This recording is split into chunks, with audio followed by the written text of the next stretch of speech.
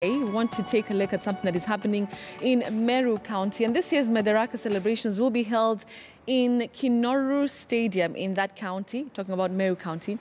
Preparations, we understand, are in the final touches stages in the stadium. Our reporter from Meru County, George Maringa, is now following up on the preparations and now joins us live from Kinoru Stadium.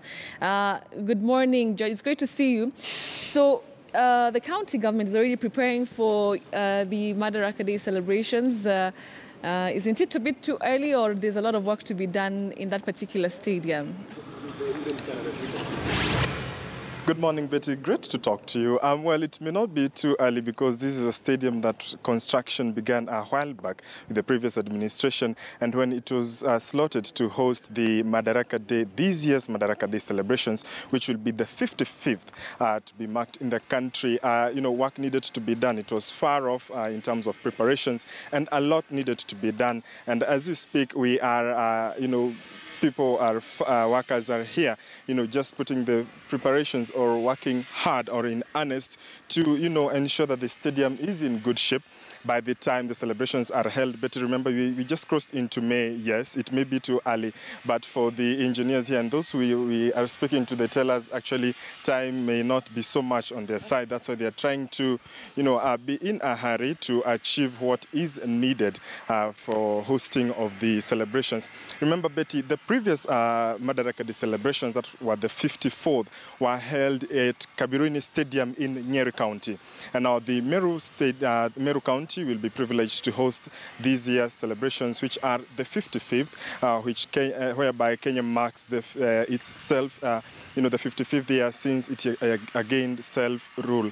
And the Meru County residents are so happy and excited to be able to host these celebrations. As you can see, those are just pictures of the preparations and the farmmen, working hard. And behind me right there is where we are told the presidential dais will be, also for the VVIP tent. And that, Betty, really tells you it may not be too early, because comparing that to the Kasarani Stadium, you might want to, for you as if you're the contractor, you might want to hurry up to, at least ensure it is in good shape, just like the other stadiums,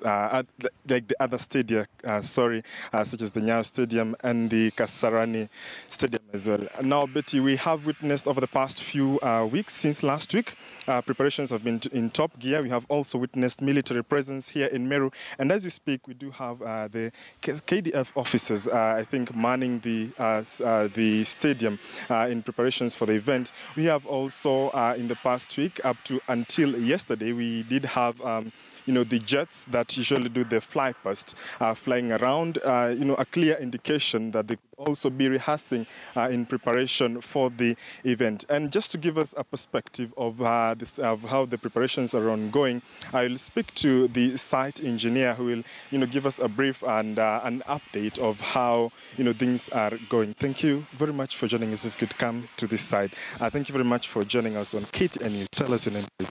My name is Engineer Muya. Yes. And are you the engineer manning the construction of the stadium? Yeah, I'm the engineer in charge of the structural works, as you can see going on at the terraces. Yes, and at the boundary wall to secure the stadium.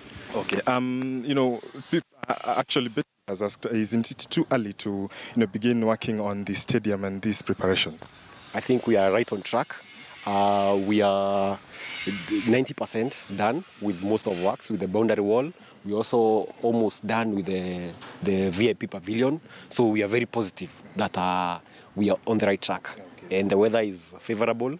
It's not as the past. We have had various challenges of the weather, but now the weather is looking up. So we are very positive and we are proud that we'll host this event. Mm-hmm. Yes. As the site engineer, what capacity do you to accommodate? Yes, we are expecting to accommodate 12,000 people. Yes, yes, that's our capacity. Okay. And do you think you'll be done by before the 1st of June? Definitely we'll be done by that date. We will be done even earlier than that. Yes, and we are very positive. Actually, the timelines are favorable for us. Yes. Okay. Earlier on, when I came to Meru, I found that this stadium was actually far from completion, and at the moment you are witnessing so much happening. Could it be because one of the celebrations, or are you just doing it for the completion of the project? Actually, as you can see, there's a frenzy of activities where we have pending works, and we've increased our capacity to 3 times. We increased our capacity. We have tripled our capacity, and thus you can see that the works are moving on. And one of our achievements is that we are going to deliver a good stadium to be used during the occasion and to be used even in future. Yes.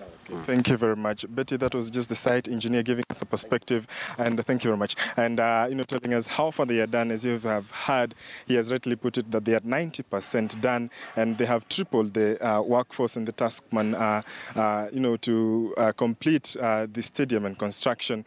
Most notably because Meru County will play host to Kenya's 55th National Madaraka Day celebrations on the 1st of June, which is about 27 days from now. Back to you, Betty.